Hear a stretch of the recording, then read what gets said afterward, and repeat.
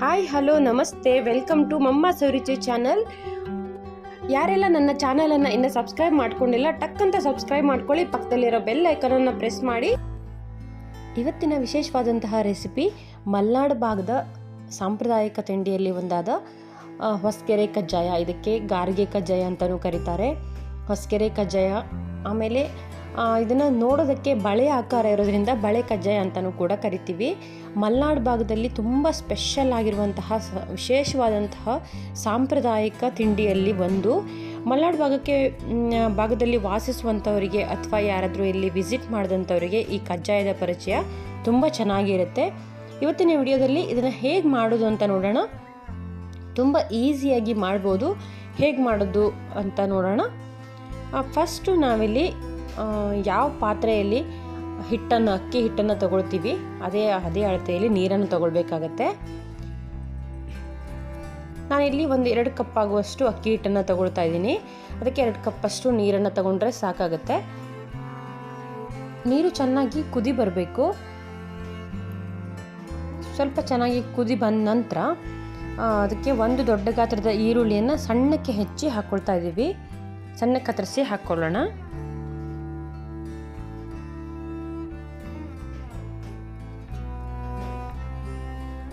ಇವಾಗ ಇದಕ್ಕೆ ಸ್ವಲ್ಪ ಸಾಫ್ಟ್ನೆಸ್ ಬರಲಿ ಅಂತ ನಾನೊಂದು 2 ಸ್ಪೂನಷ್ಟು ಅನ್ನನ ಹಾಕ್ಕೊಳ್ತಾ ಇದ್ದೀನಿ. ಇದು ಆಪ್ಷನಲ್ಲು, ಬೇಕಂತಿದ್ರೆ ಹಾಕ್ಕೋಬೋದು, ಇಲ್ಲಾಂದರೆ ಸ್ಕಿಪ್ ಮಾಡ್ಬೋದು.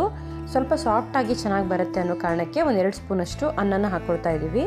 ರುಚಿಗೆ ತಕ್ಕಷ್ಟು ಉಪ್ಪನ್ನು ಹಾಕ್ಕೊಂಡು ಈರುಳ್ಳಿ ಮತ್ತು ಅನ್ನ ಎಲ್ಲ ಚೆನ್ನಾಗಿ ಮೆತ್ತಗಾಗೋವರೆಗೂ ಕುದಿಸ್ಕೊಳ್ಬೇಕು. ನೀರಲ್ಲಿ 5 ನಿಮಿಷ ಕುದಿಸ್ಕೊಂಡ್ರೆ ಸಾಕಾಗುತ್ತೆ.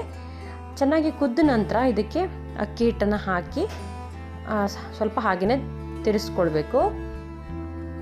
ಸೌಟ್ ಸಹಾಯದಿಂದ ಈ ರೀತಿ ತಿರ್ಸ್ಕೊಳ್ಳೋಣ. ನಿಮಗೆ ಅಕ್ಕಿ ಹಿಟ್ಟನ್ನು ಹಾಕ್ತಿರುವಾಗಲೇ ಗೊತ್ತಾಗುತ್ತೆ ನೀರಿನ ಹದ ಸಾಕಾಗಿದೆಯೋ ಇಲ್ವೋ ಅಂತ.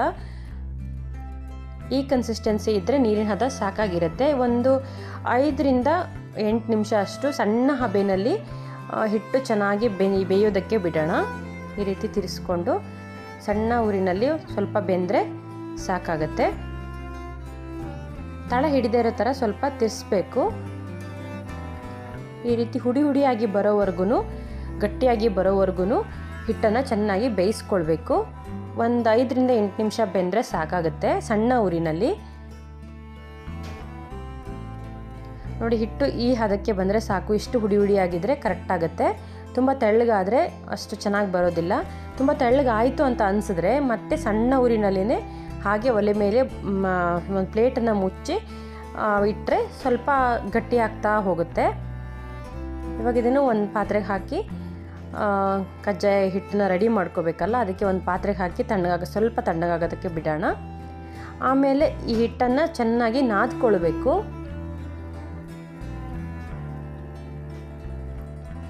ಸ್ವಲ್ಪ ಬಿಸಿ ಇರುವಾಗಲೇ ಈ ರೀತಿ ಉಂಡೆಗಳನ್ನಾಗಿ ಕಟ್ಟಿ ಇಟ್ಕೊಂಡ್ರೆ ನಾದಿ ಚೆನ್ನಾಗಿ ಆಗುತ್ತೆ ಮಾಡೋದಕ್ಕೆ.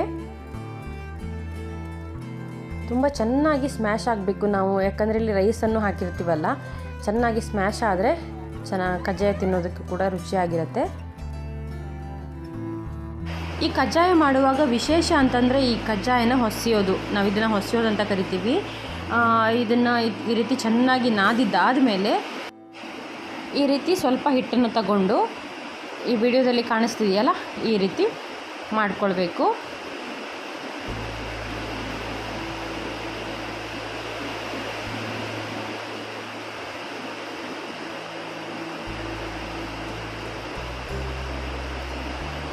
ನಂತರ ಇದರ 2 ಕೊನೆಯನ್ನು ಈ ಥರ ಮಾಡಿಕೊಂಡು ಜೋಡಿಸ್ಬೇಕು. ಸ್ವಲ್ಪ ಕೈಗೆ ನೀರು ತಾಗಿಸ್ಕೊಂಡು ಈ ಥರ ಜೋಡಿಸಿದ್ರೆ ಈಸಿಯಾಗಿ ಜೋಡಿಸ್ಬೋದು. ನೋಡ್ತಾ ಇದ್ದೀರಲ್ಲ, ಈ ರೀತಿ ಬಳೆ ಆಕಾರದಲ್ಲಿ ಮಾಡಬೇಕು. ತುಂಬ ಈಸಿಯಾಗಿ ಮಾಡ್ಬೋದು. ವಿಡಿಯೋದಲ್ಲಿ ಸ್ವಲ್ಪ ಕಷ್ಟ ಅನಿಸ್ಬೋದೇನೋ, ಬಟ್ ತುಂಬ ಈಸಿಯಾಗಿಯೇ ಮಾಡ್ಬೋದು.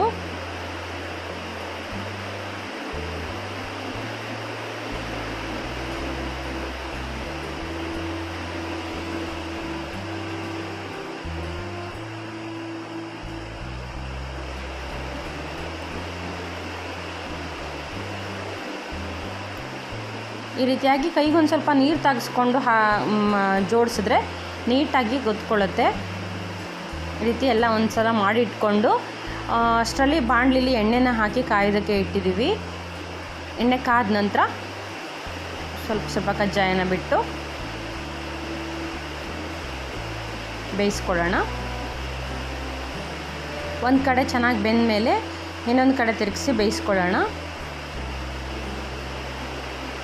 ನೀವು ಇದನ್ನು ಕರೆದಾದಮೇಲೆ ಸ್ವಲ್ಪ ಕಲರ್ ಚೇಂಜ್ ಆಗಿರುತ್ತೆ. ಹಾಗೆಯೇ ಮೇಲ್ಗಡೆ ಪದರ ಮುಟ್ಟು ನೋಡೋದಕ್ಕೆ ಸ್ವಲ್ಪ ಕ್ರಿಸ್ಪಿ ಆಗಿರುತ್ತೆ.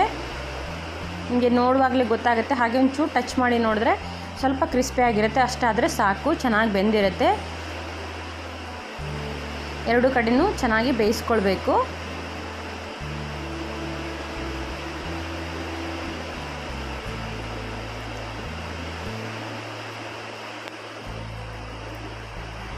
ಎರಡು ಕಡೆನೂ ಬೆಂದಿದ್ದಾದಮೇಲೆ ತೆಗೆದು ಒಂದು ಪಾತ್ರೆಗೆ ಹಾಕಿಟ್ಕೊಳ್ಳೋಣ.